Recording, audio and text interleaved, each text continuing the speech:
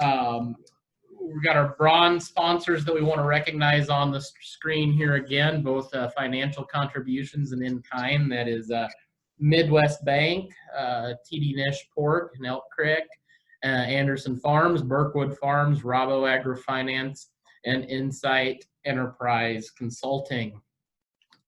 With that, we're going to get ready to open up our next session here today, and that is our niche pork production roundtable discussion. We've got 4 producers joining us here today, bringing some different perspectives, some different management and marketing practices that they employ on their operation.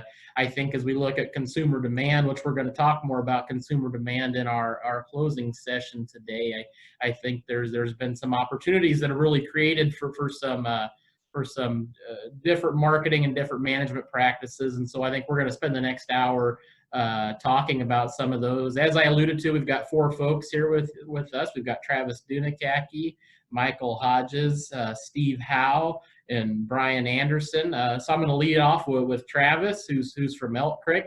Travis, you want to introduce yourself and what you do down there?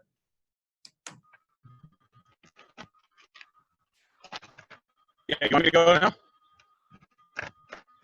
Yeah, you can go ahead. You're cutting out a bit, but go ahead.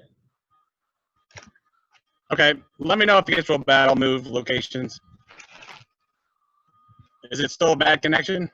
You're cutting out a bit. Why don't we go to someone else, and we'll try you again here in a minute. Let me go. Okay, thank you. Michael, let's skip to you if you're ready. Michael's from Julian, Nebraska. It looks like he's on with us here, Michael.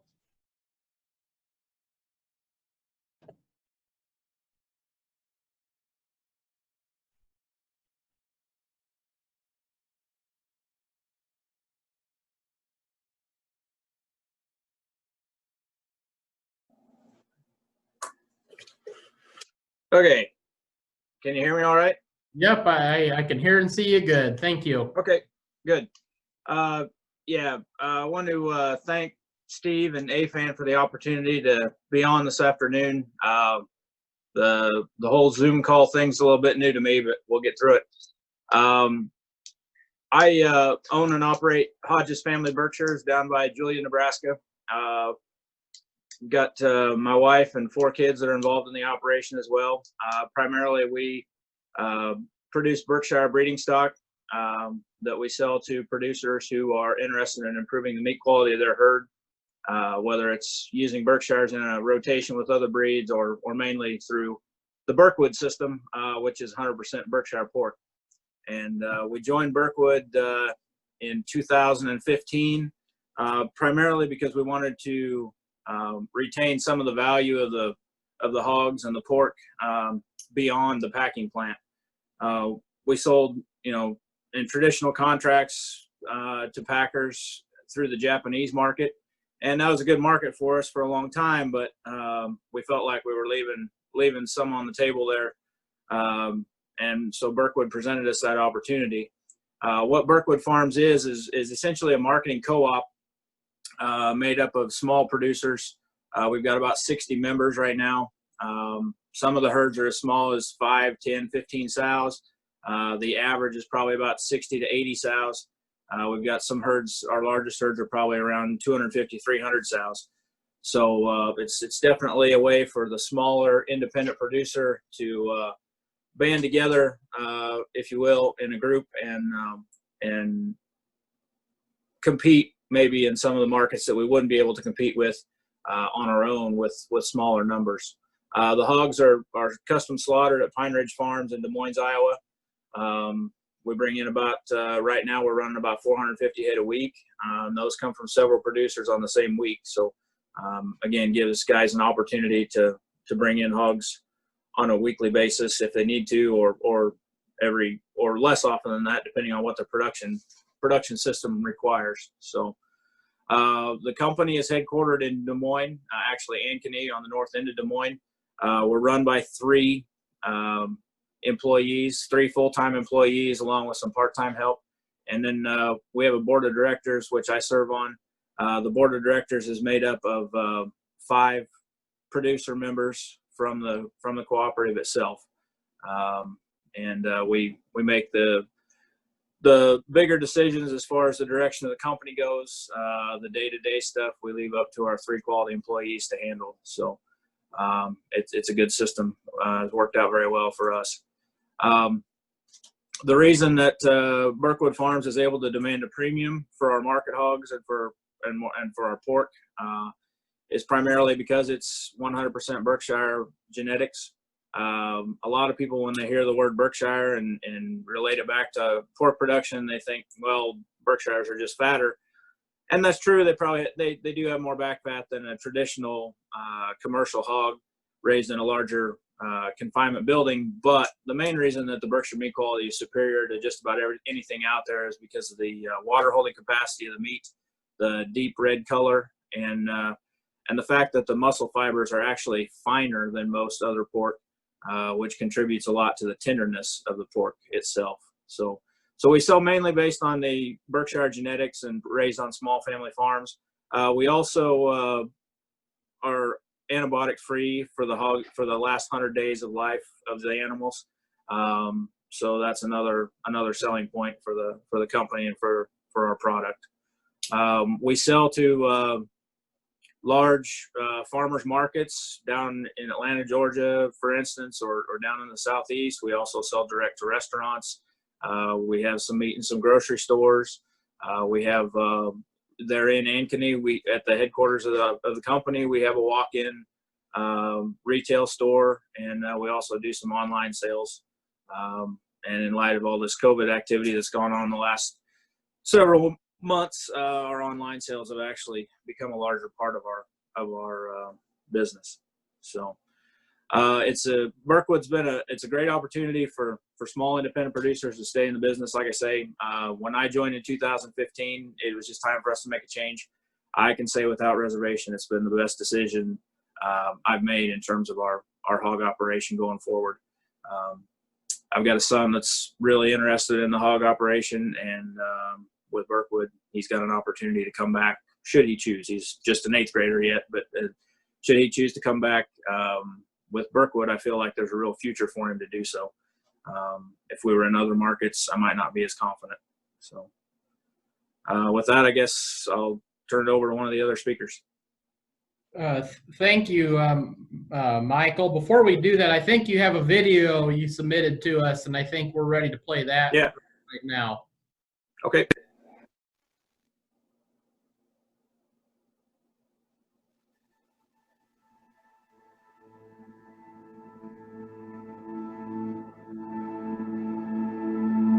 Ever since I was 4 or 5 years old, I've known what I wanted to do. I wanted to farm. I didn't always know I wanted to raise hogs, but I knew I wanted to be involved on the farm with my family.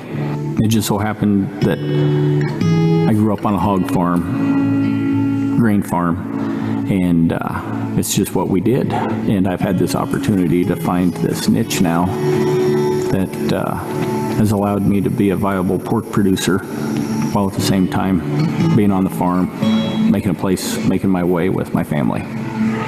The farm consists of my father, my uncle, and myself. We row crop corn and soybeans, mostly, and my family's always had some hogs around. In 2012-13 time frame, my uncle and my father quit raising hogs, and that was about the same time I came across Berkwood Farms and the Berkshire breed. So I've gotten involved with that, and today I have, alongside farming, row cropping with my father and my uncle, we have this Berkshire herd. Since it is a small family farm, my kids are getting the opportunity to raise hogs with me and do things that I got to do as a kid and their grandfather got to do. And no matter what they decide to do in life, they're going to learn how to work on a hog farm. I mean, you learn how to work when you're raising hogs. They're They're going to know how to work and how to do a job right, know how to care for an animal, and have hopefully an appreciation of where their food comes from. I've actually known my wife most of my life. We got married in December of 2004, and 2 years later, we had our daughter Lillian. Then in 2009, we had Braden, and then here in August of 2018, we had Evelyn. So we're a family of 5. I feel a responsibility and a pride in the family farm, and to continue to make it viable, I should say, to the point where my children, if they want to continue the farm, they can. My son or my daughters. I'd never been a part of a group like Birkwood before, a co-op that is at the point in its life that it's really doing what a co-op is good at. It's just been a good opportunity to grow pork a way that it's really not done anymore. There's not a one of us in the group, I don't think, that has 300 or 400 or 500 sows. You know, everybody's probably got 350 sows or fewer. That's just not heard of anymore. You got to have numbers if you want to grow hogs in this day and age. And this allows you to have fewer numbers, focus on the quality of your product, and be paid for that quality and that work that we're putting toward growing this product. At the end of the day, you can set down a Berkshire pork chop, and you can set down a conventional pork chop that you can buy from any grocery store in America. You can look at it and you can see the difference. And then you eat it and you can taste the difference. And to me, that meant something. I mean, that's something to really be proud of, what you're supplying. And that really get you fired up to do a good job at it and to try to excel at it. It's growing hogs the way I grew up learning what hog production was. Just being involved in doing it. You know, I'm not managing people. I'm working with my animals. It's a lot closer and a lot more intimate profession when it's like that. I'm Quentin Bowen from Hilltop Farms, and I'm a pork producer for Birkwood Farms.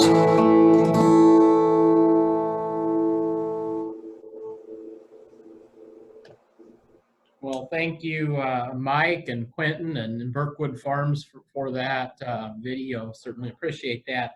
We'll move right along. Steve Howe is on the call with us. He's from right across the river, Fremont County, Iowa, but we won't hold that against him. Steve, are you on? Yeah. Can you hear me? Yeah. Do you have can you turn your video on, or do you have a? There you go. Yeah. Okay. Okay. Can you hear me and see me? Yep. Very good. Okay. Yeah. So we raise deep bedded finished pigs for Nyman Ranch. We're here in Southwest Iowa. We've been doing that for about 15 years now. Started with sows, transitioned to feeder to finish about probably 10 years ago, and we've been doing that ever since. We have a couple employees here plus the family, and we've got around 22 hoop buildings that we finish these pigs in. We started them in a nursery that we designed and built about 6 years ago to get a head start and to be able to do this in any kind of weather environment that we would have when the pigs come in. They come in about 20 pounds, leave about 290,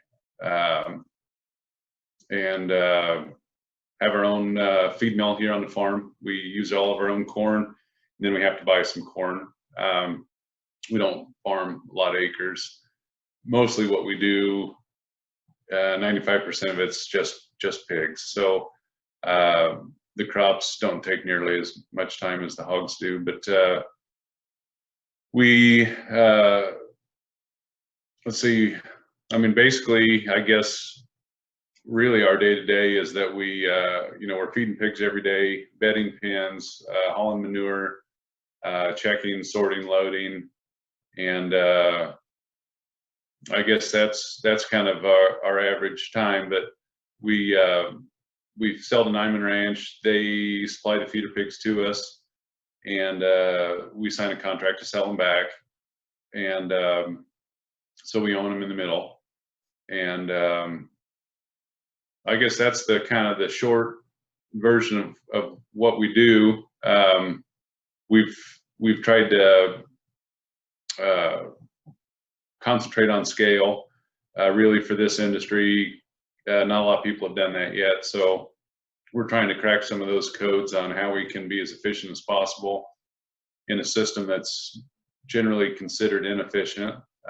We're trying to break some of those barriers to prove that you can raise an antibiotic-free, free-range pig and still do it to scale, so we can provide a reasonable amount of pork for the industry. We've still got a lot to learn. We have learned some things, and I feel like we're consistently getting better, but there's still a lot of challenges. There's still a lot of things we don't know, and we're actively working on some of those to try to close the gap on what the confinements can do and what we're able to do with space and time and feed conversion and all the different parameters that most people use to measure success and efficiency in the pig business. We feel like we're getting closer, but I think that's the short version of what we do. I guess I would maybe we ought to play the video. We'll kind of show a little bit of it more, and then there's probably a lot of questions too.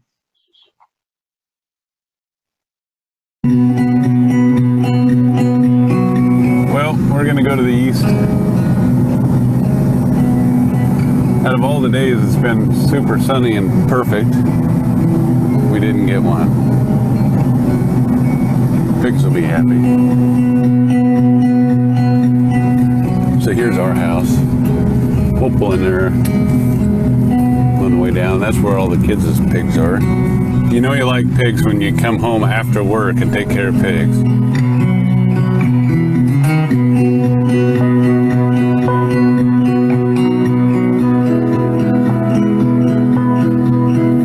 My mother's family has raised pigs on our property for over 100 years. We've always had hogs. It's nice to still be able to do it and not have to compromise by doing it a way which we wouldn't enjoy. So the pig care part of it, that's probably the most fun part, because it's a moving target. What you need to do on a weekly basis, it changes. It changes by the season, and it changes by the group and the health status and everything else. So you just got to know the pig and you'll make a judgment call on what they need, and it's never the same. So that's probably the biggest challenge, but that's the most fun part too, because it's never the same. I don't know what it's like to raise pigs conventionally. We've raised pigs like this ever since I was a baby. This is how I learned how to raise pigs. And when it became apparent that we couldn't raise pigs this way and make a living, I decided that I was not going to raise pigs anymore, because there wasn't any other option for us. So I didn't for 10 years, from my senior year in high school till I was 28. We didn't have pigs, and I worked in town. And when we started to have a family and I wanted to be home on the farm again, I heard about Nyman Ranch, and I thought, I know how to do that.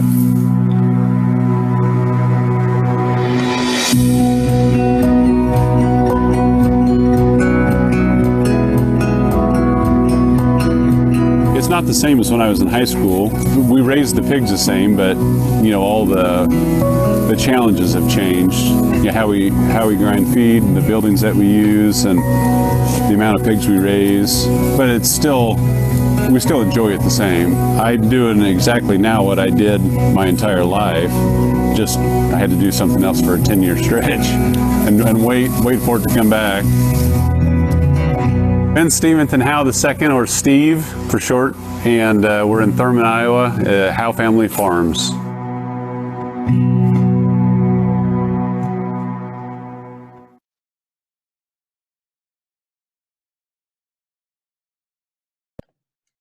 Well, thank you, Steve, Nyman Ranch, for that. Got Brian Anderson on the call today as well. Brian is from the Hoskins area. Are you on with us?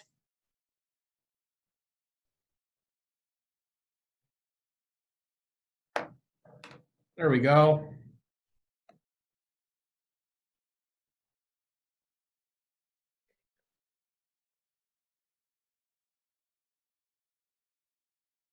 Brian, why don't you tell us a little about what you do in your operation there? Okay. Well, I'm a fourth generation seed stock producer. My great grandfather raised Polands. My grandfather raised Chester Whites. My dad was a Yorkshire producer, and in 1970 we added spots to that list when I became as a project for 4-H, and so that's where we started my interest in the swine operation. And from there, we've over the years we've added more breeds, and we presently raise purebred spots, purebred Chesters, a Duroc cross line, and then also purebred Berkshires. And so ours is a family operation. We have raised 7 children, and still 4 of those are yet here at home and involved in the operation. And primarily we sell boars, open gilts, and also part of the operation is the market hogs, where we sell into a niche market, and that would be heritage foods. And a lot of our customers are really smaller producers that are from Nebraska to Illinois, Alabama, Oklahoma, Kansas, Iowa, Missouri. And so the large number of those are ones that we serve with both boars and gilts. We do have a multiplier herd, gilt multiplier herd in Missouri, at Fortuna, Missouri, that produces gilts for us, and that's those are lines are sired by purebred spotted boars, and predominantly those are mated up to Berkshire boars.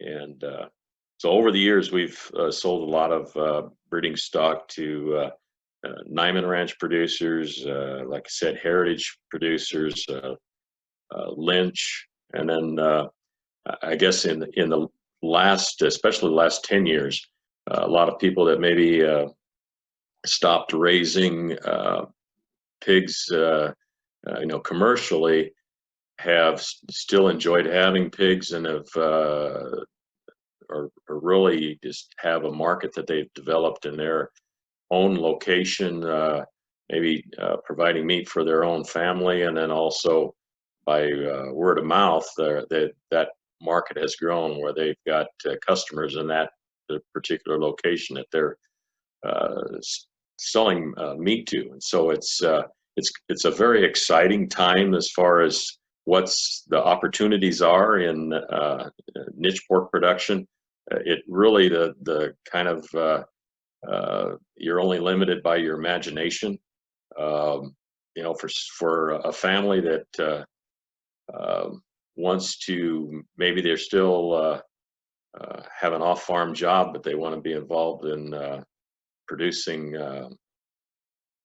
livestock yet, it's a great opportunity to do that on a small scale and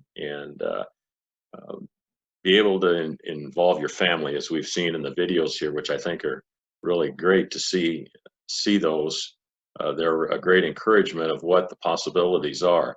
You know, you can have, as I mentioned there, you can have a smaller number of hogs and still have a sow herd where you can produce a product that the consumer is looking for. In this day and age that we're in, especially in the last, again, 10 years, we're seeing that the consumer is looking to connect back with the farm, and they want to know where the pork is produced, and so there's a need for that, and that's why there's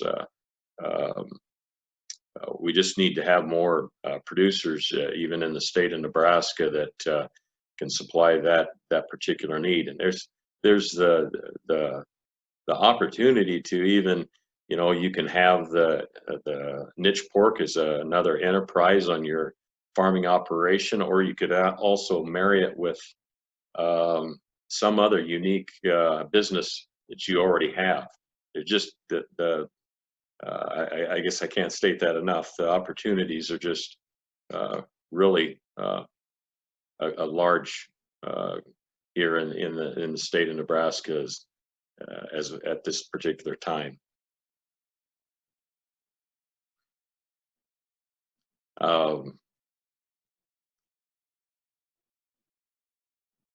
I guess you know, as far as things that I've learned over the years, you know,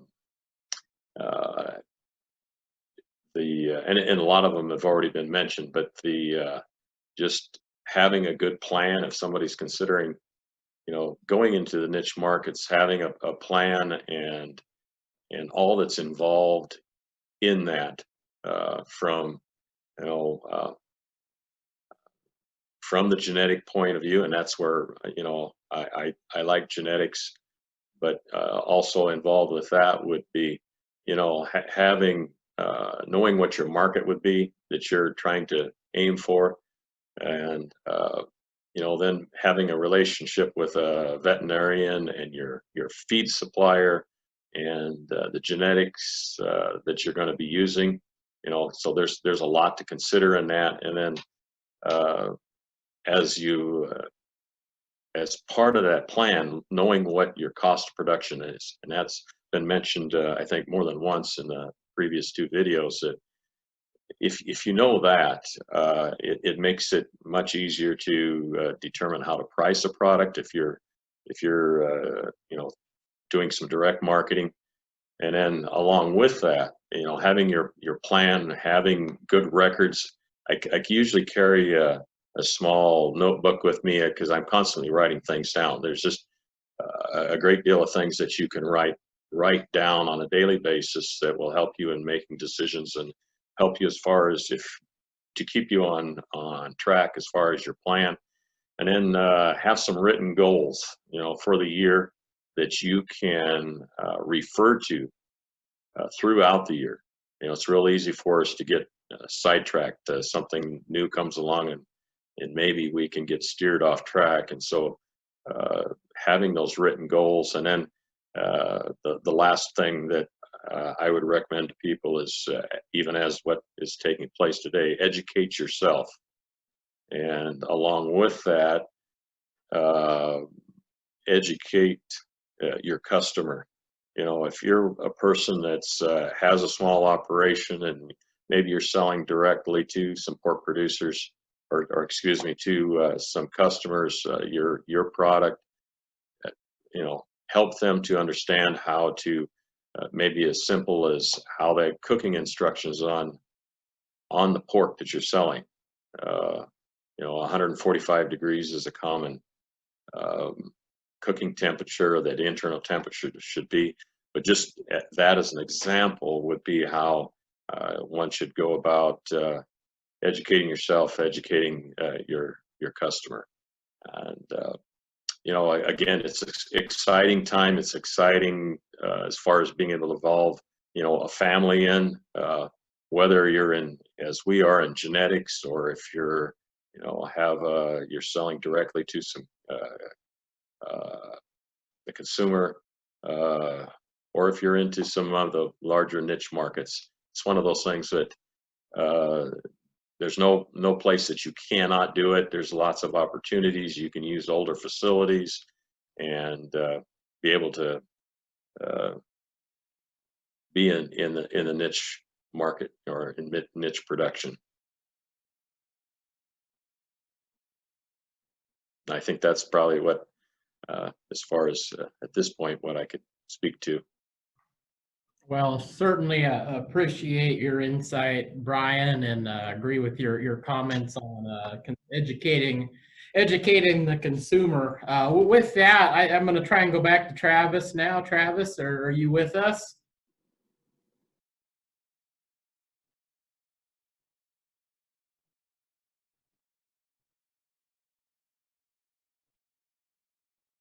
Are you able to hear us, Travis?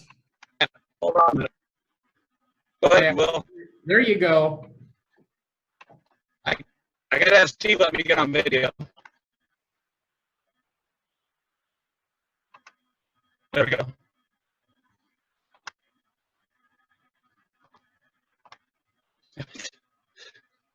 Okay.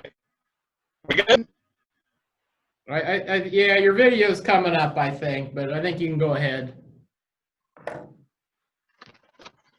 Okay, I apologize. I'm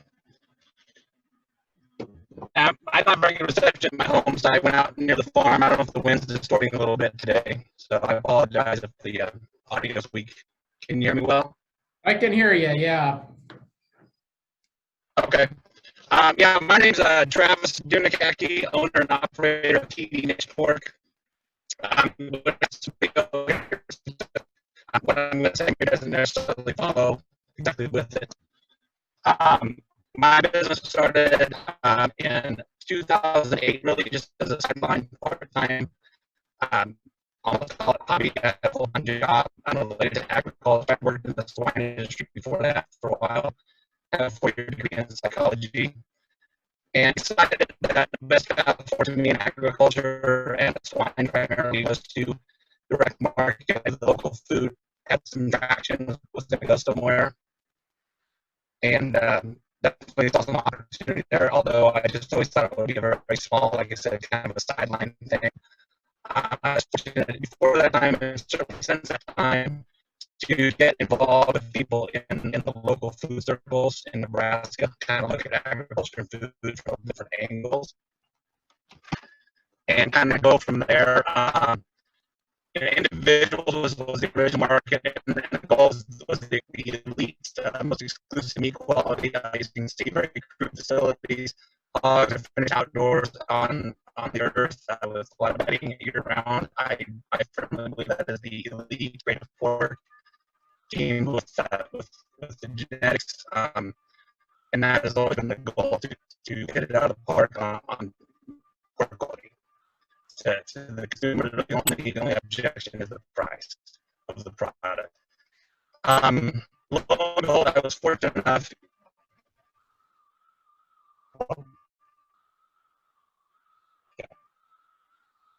Okay.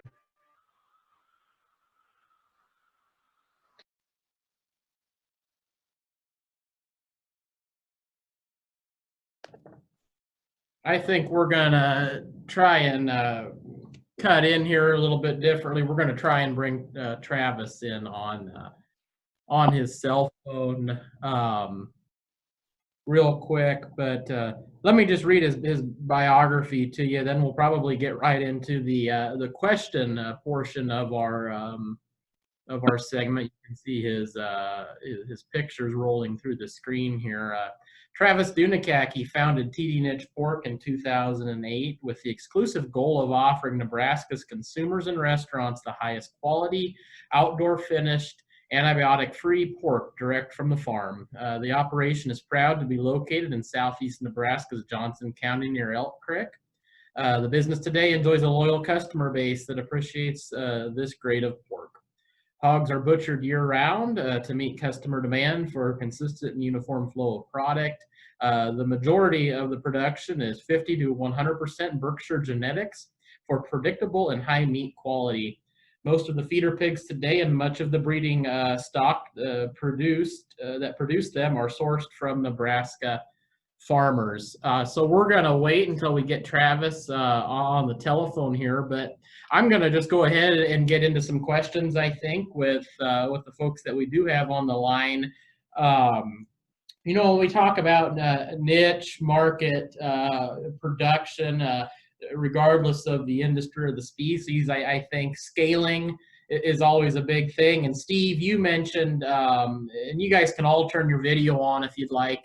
Steve, you mentioned, you know, how you've been able to scale your operation. I'd like you to go into a bit more detail on that, because I think as I visit with folks that are either in niche production or considering it, getting to that point where it is sustainable, where you can cash flow, getting to that size and scale is a challenge. So you want to share with us a bit more about how you've gone about that?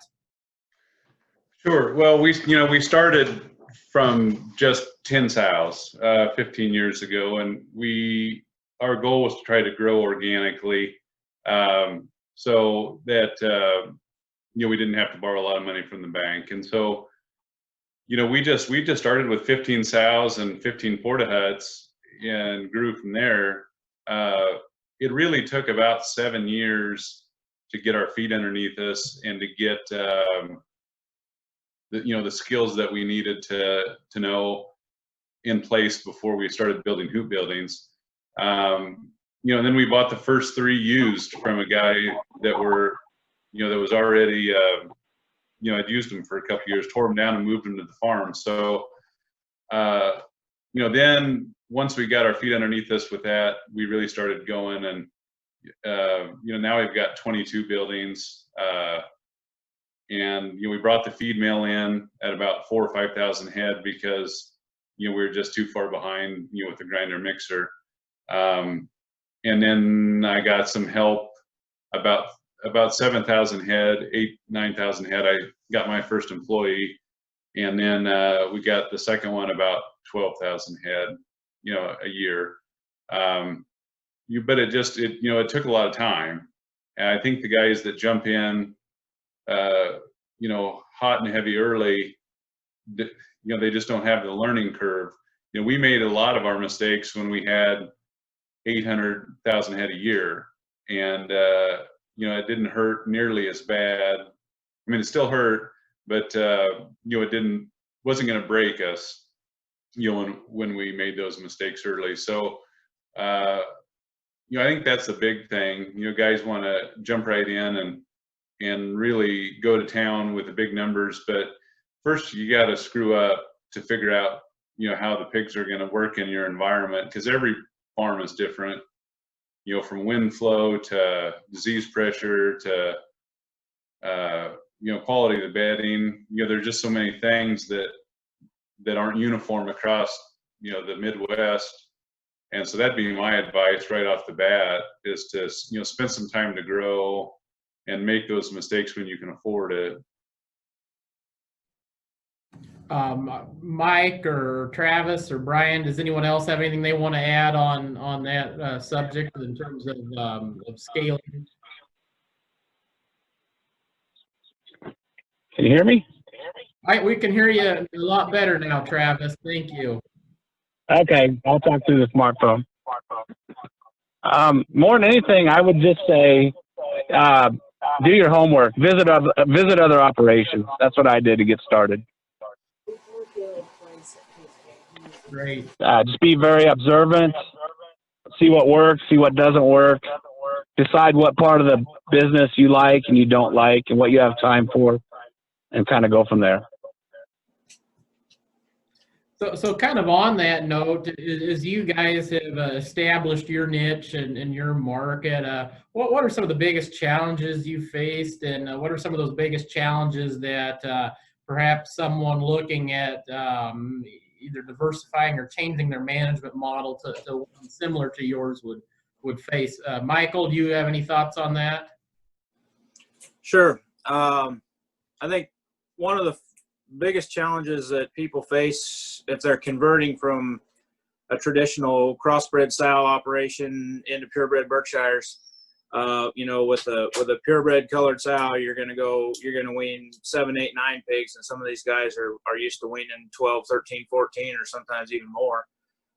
So that's a hurdle you've got to jump right off the bat, get used to. But you know, we're upfront with people about that. I mean, that's just the genetics are selected for meat quality, whereas the white line sows over the years have been selected to be ultra prolific. So, you know, they both got their pluses and minuses, but that's part of the reason we get paid the premiums we get paid, is because of the production shortfalls when compared with other crossbred swine operations. But I think, you know, in Berkwood, one of the advantages we have is if I've got an issue, I can call another member or vice versa and bounce some ideas off of them. We're all like-minded producers raising hogs in similar fashion, similar genetics, and we can all kind of work together to solve problems, help each other out that way. So it's nice to know there's always somebody there that you can bounce ideas off of and do that.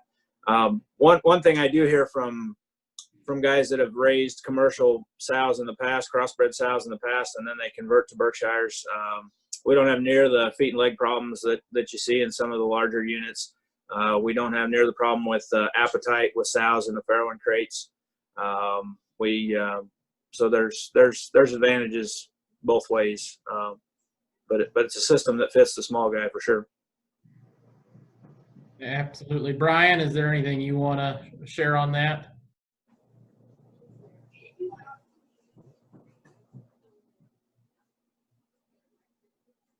Oh, there you go. Yeah, I would agree with you know, having good observation skills.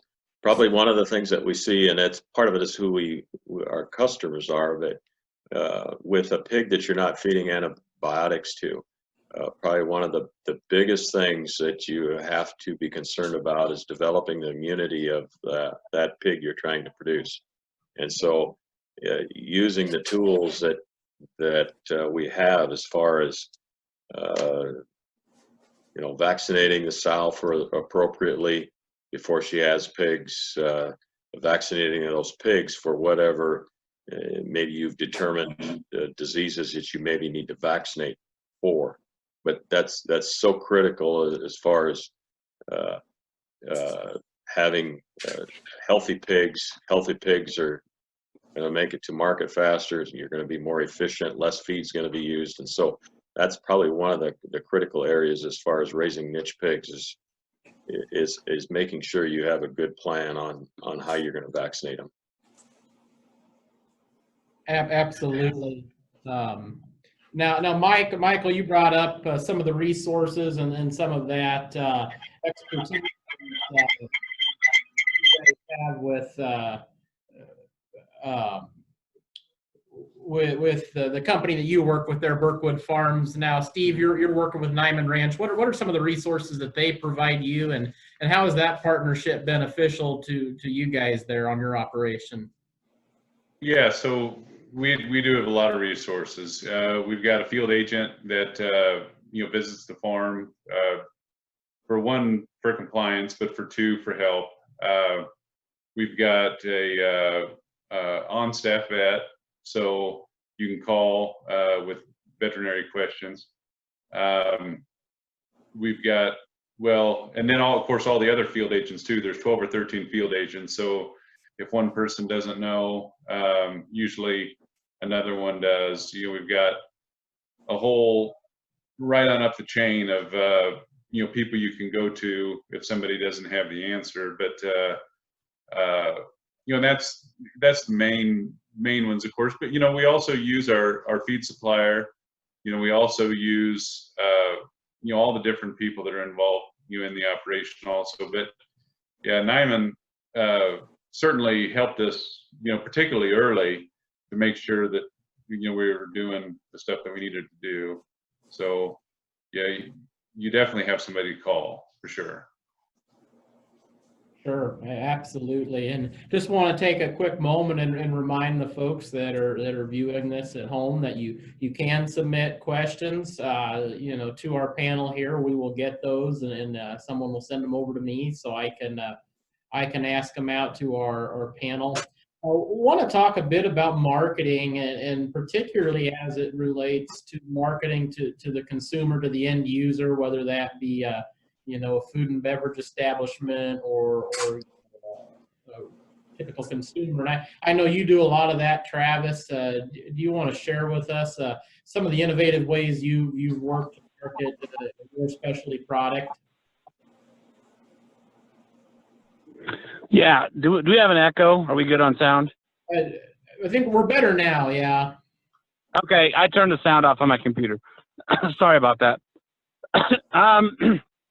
Marketing and sales, promoting your business is a moving target. It seems a lot different compared to when I first started in 2008, 2009. There's certainly much more interest in sourcing direct from the consumer, the highest grades of pork, the Berkshire type pork, the outdoor raised type pork, antibiotic free pork, et cetera, et cetera. And even ironically, even in the last 3 months, my marketing has totally changed. The individual sales have gone through the roof and into the stratosphere. And as you would expect, the restaurant sales have not completely disappeared, but pretty close. They're starting to come back here in July. And they were actually going quite well this winter and took an abrupt turn in mid-March, when the COVID-19 storm came through. For my business, it is very hands-on, very direct to the consumer. I know all the customers. I handle the orders, the processing, the delivery, or they pick it up, the billing, you name it. I've been to people's basements and played with their kids to deliver their pork. I have people who have bought half and whole pigs for 5 or 6 years. I've never met them. They just want to go to the processor and pick it up. This is not a business of convenience and an easy lifestyle. I think it's being promoted to a certain degree where we just going to have websites and people are going to order. And I wish those people the ultimate success to wake up every morning, have a bucket full of orders. I choose to do it old-fashioned way and be really a classical salesperson with ultimate service. Same thing with the restaurants. I deliver the pork. I didn't initially, but since 2015, I deliver every 2 to 3 weeks on the restaurant route, and that has just been totally awesome. It was a lot more work before that because it was always on the phone and contacting them. When I see them with that kind of frequency, we can place orders in advance and be much more less hassle for both of us. So I've chosen the most time, say the most labor, although the labor does pay extremely well, sales and marketing and distribution. Whereas some, I think, want to kick back and just still be a farmer and expect the large premiums you would see direct marketing, but spend their whole day just running around producing and worrying about those tasks. And I have plenty of those too, but it's not completely taxing. The farm doesn't take all my time. Michael, kind of want to throw it over to you. I know you're personally more on the breeding stock side, but in terms of Berkwood and their marketing efforts, you kind of want to go into some of those? Sure. Yeah, like I said, we're made up of a group of small farmers, and what we found is people really want to know where their pork comes from. If you go to our website, it's betterpork.com. You'll be able to see individual farmers that are members of the company and tell you a little bit of history about their operation. There's some photos of family farms on there, that sort of thing. People like to make a connection with where their pork comes from, especially the direct-to-consumer market. We also, one of our employees is our basically our head of sales, and he spends a lot of time talking to chefs, traveling around the country.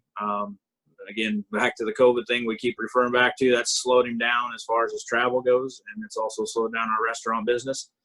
But when things get fired back up, Greg will be back out on the road and pounding the pavement. And there's a lot of value to one-on-one contact, shaking the guy's hand that's going to be buying the pork, cooking the pork, eating the pork, that sort of thing, and telling them a little bit about our story of our company and where it comes from. So those are all things, I guess, that Burkwood tries to emphasize that the consumer wants to know.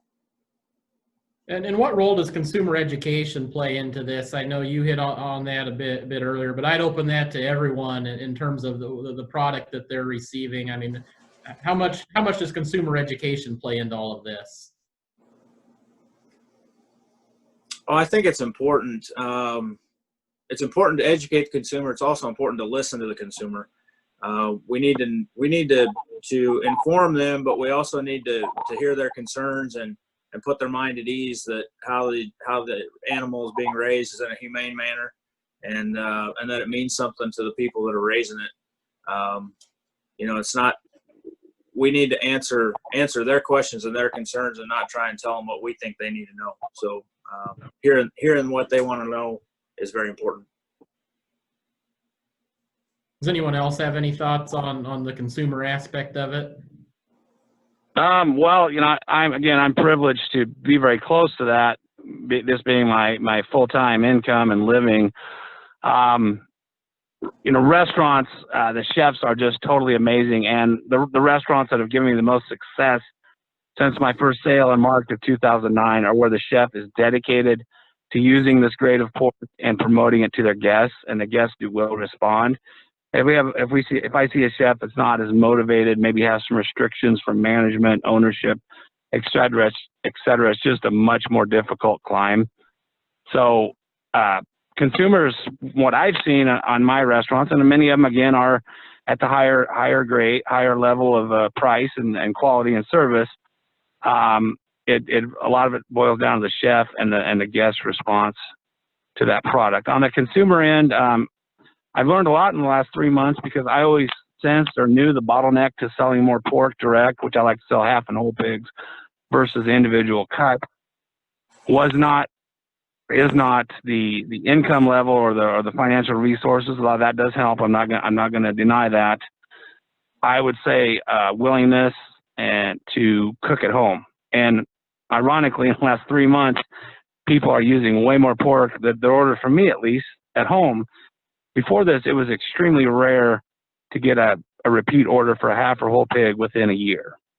Maybe I could count the people on my hand that have ever ordered within a year. Since April, people have ordered, first-time customers. I can count on 2 hands how many have ordered again for the end of this year and into next year. And I know it's exclusively because they're staying at home, they're cooking more, and they found out, wow, I can use a lot of this pork if I just eat at home. And they're just amazed, and I'm amazed how quickly they're going through it versus in the past.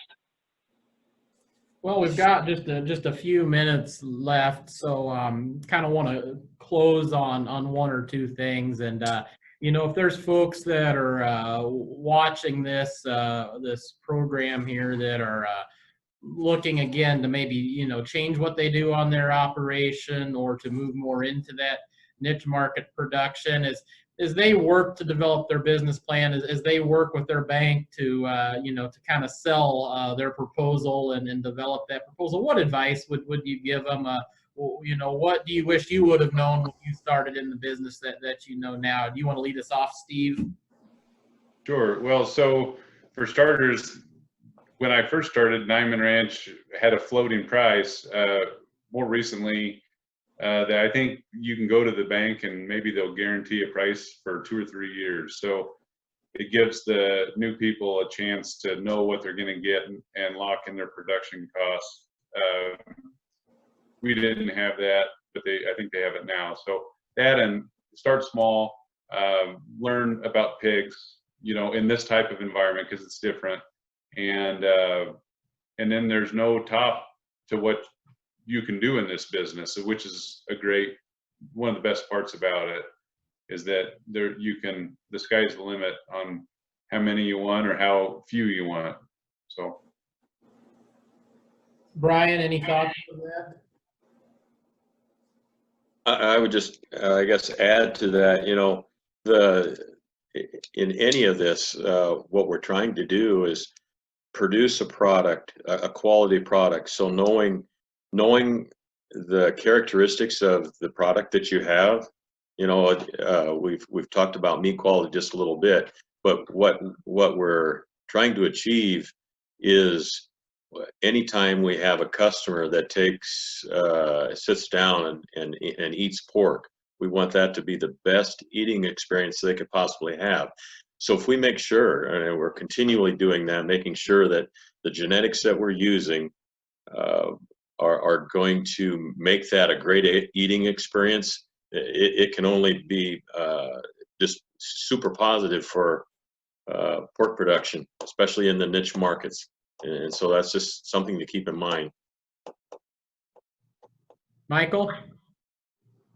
Yeah, kind of touching on a little bit of what Steve's mentioned there earlier too, within Berkwood, the way our company is structured, with the producers actually being owners of the cooperative, the more successful the company is producing the pork and selling the pork, that trickles back down to the producer. We have a set price that everyone receives when they deliver the hogs, based on strictly just on the number of pounds of live animals they deliver. And then quarterly, if the company is profitable, we can return more back to the producer. So there's a baseline. If guys have to go to their banker and talk to them about changing their operation or starting new to join Berkwood, there's a baseline price that they can receive, and then there's also quarterly dividends based on the profitability of the company. Last year was an excellent year for Berkwood, our best ever.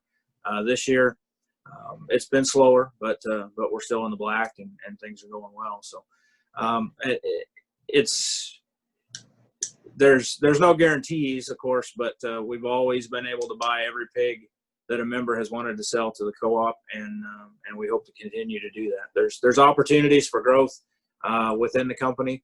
If you are interested in joining Berkwood, you need to apply, and then the board of directors will review that application and get you set up with some approved genetics for the seed stock end of it. Everything we have is traceable back to a Berkshire pedigree, so that's important. That's a foundation, one of the foundations of our company. So. Thank you for that, Michael. Travis, any thoughts on that from your perspective? Yeah, echo a lot of what the guys just said. Do your homework.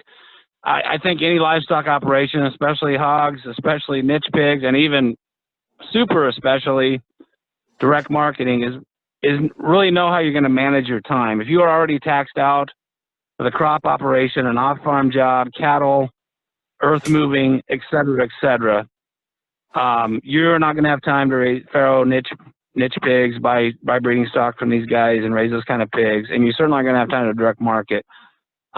So really assess your time and really focus on what you're best at and good at. If you want to spend 12 to 14 hours a day in a tractor, you're probably not a candidate to direct market pigs, unless you're a really smooth salesman and can get everybody else to take care of the rest of the details. So just, I would say time management and the financing is key. Put a lot of homework into that too. Well, thank you for that, Travis. And we are at the 4 o'clock here, so we're going to move on to our next segment. But I want to thank all of you guys again, Steve, Brian, Michael, and Travis for your perspective. Really some different things to look at as we kind of close out our day here.